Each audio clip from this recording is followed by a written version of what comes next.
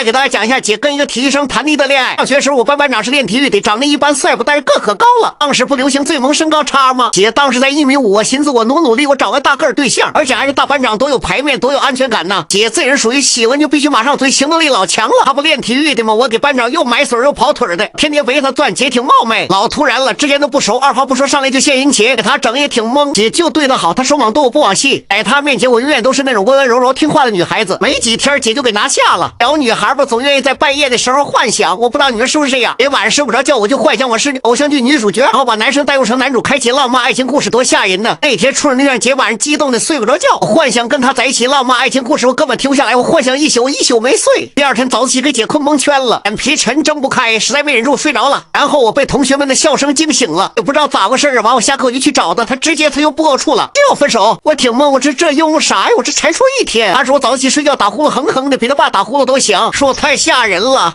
我再也不熬夜幻想浪漫爱情故事了。温柔女生闲下直接打呼噜打没了，这把丢大人了，不失恋了。